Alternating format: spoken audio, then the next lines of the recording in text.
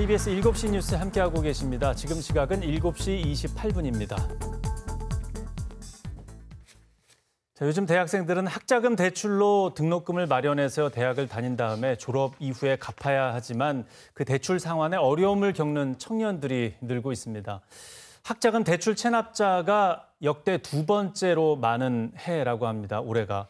이 학자금이라는 빚에 짓눌리는 청년들의 현실과 또 여기에 관련 대책 어떤 것들이 있는지 고민해보는 시간 준비했습니다. 오늘 이 자리에는 강원대학교 최한결 총학생회장 함께하겠습니다. 어서 오세요. 네, 반갑습니다. 네, 자, 이 대학생들의 학비 걱정을 덜어주는 대책 중에 하나죠. 이게 사실 학자금 대출이 네, 이제는 좀 뭐 당연하게 받는 경우가 좀 많아진 것 같은데 실제로 사용한 학생들이 얼마나 됩니까? 학자금 대출은 먼저 대학교를 다니고 있는 대학생들에게 꼭 필수적인 그런 존재입니다. 네. 학비가 이제 주는 부담감이 상당하기 때문인데요.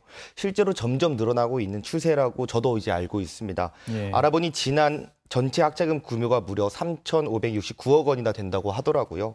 진짜 제 관내 대학생 동안 학자금 대출을 많이 알아보고 있고 물론 제 주변에서도 쉽게 찾아볼 수 있었습니다. 예, 이게 이제 학자금 대출이 학비를 대출해서 이제 사용하고 그리고 나서 졸업하고 취업하면 이제 그때 갚아 나가는 건데 이게 지금 상당한 부담이 되는 거죠. 네, 그렇습니다. 물론 취업 이후에 상환한다고 해도 물론 부담이 없진 않겠지만 현재 대학생은 당장 학업을 위해서 이제 돈이 필요한 실정입니다. 네. 따라서 마땅한 선택지가 없는 지금 학자금 대출이 유일한 선택입니다. 등록금 이외에도 주거 문제, 생활비를 포함한 필수 지출이 있기 때문입니다. 또한 아르바이트를 함께 병행하고 싶어도 당장 취업 시장에서 요구하는 자격증, 스펙 쌓기 등에 바빠서 현실적으로 같이 병행하기에는 어려운 한계도 이제 존재하고 있습니다.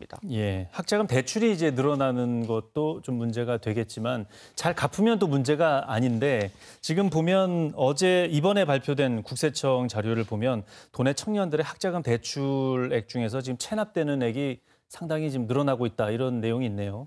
네, 저도 오늘 자료를 확인해 보았는데요. 국세청 국세 통계 포털에 따르면 2022년 도내 취업 후 상한 학자금 대출 체납자는 이제 974명이 육박하고 380명이었던 2018년과 비교해서 2.5배 증가한 수치라고 합니다. 이들이 갚지 못한 미정리 체납액은 11억 4,200만 원으로 집계가 되었고요. 2020년에 이어 역대 두 번째로 많은 액수라고 합니다. 이 금액만 봐도 얼마나 청년들이 학자금 대출로 인해 어려움을 겪고 있는지 몸소 체감할 수 있었습니다. 예, 이 학자금 대출이 사실 일반 대출보다는 저금리 아닙니까? 그렇기 때문에 이제 대출을 또 하게 되는데 그럼에도 불구하고 학자금 대출 체납이 늘어나는 이유는 졸업 이후에 그만큼 이제 수입이 별로 없기 때문이다. 이렇게 봐야 되겠죠? 네, 그렇습니다. 일단 말씀하신 질문에 답변은 좀 간단할 것 같은데요. 졸업 후 일자리를 구한다고 해도 경제적으로 어려운 청년들이 이제 그만큼 많다는 것이겠고요. 우선 대학을 졸업한다고 해도 당장 취업이 어려운 현실입니다. 대학 졸업 이후에 취업을 준비하기 위한 어떠한 기회비용이라든지 취업 이후 적은 연봉으로 그간 대학 생활에 학자금 대출을 당장 상환하기에는 이제 분명 어려움이 존재할 것입니다. 무엇보다 취업 이후 독립을 했으니 이제 보험비, 통신료 등 필수 지출 또한 상당하거든요. 예. 신촌에서만 취업을 해도 월세가 40만 원, 50만 원에 육박하고 내 집 마련이란 소망, 이제 또 차후에 결혼 준비 등으로 청년들이 준비해야 할 것은 방대하지만 또 돈의 일자리 임금이 크게 높지는 않은 실정입니다. 예. 따라서 이런 상황이 계속 연쇄적으로 발생하는 게 그저 안타까울 따름입니다. 네, 이렇게 지금 대출 때문에 압박을 받으면 뭐 결혼이나 자기개발 이런 것들은 또 아주 먼 미래가 돼버리니까 안타깝습니다. 그 청년 입장에서 학자금 대출 체납을 줄이기 위해서 그러면 사실 이게 결국 일자리 문제로 가게 되는데 어떤 대책이 필요하다고 보십니까? 우선은 청년들의 부담을 덜기 위한 좀 정책적으로 지원을 좀 보완했으면 하는 바람이 있습니다. 경제적으로 어려운 채무자 대상으로 상환을 일시적으로 유예한다든지 아니면 납부 가능성이 높은 체납자 위주로 징수 역량을 집중해야 하는 필요성이 있지 않나 이렇게 생각합니다. 또한 청년 체납자들을 대상으로 당장 어떠한 제재나 규제를 적용하기보다는 일전 온라인 교육을 이수하는 것들을 통해서 상환해야 하는 당연한 역할들을 다시금 환기시키는 그런 노력도 필요해 보입니다. 예.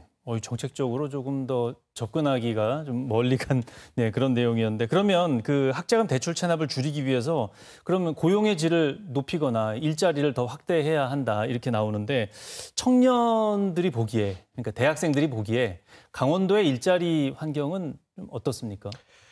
아직은 강원도의 일자리는 많이 부족한 실정입니다. 주변에서도 사실은 수도권 취업을 더 선호하는 편이기도 하고요.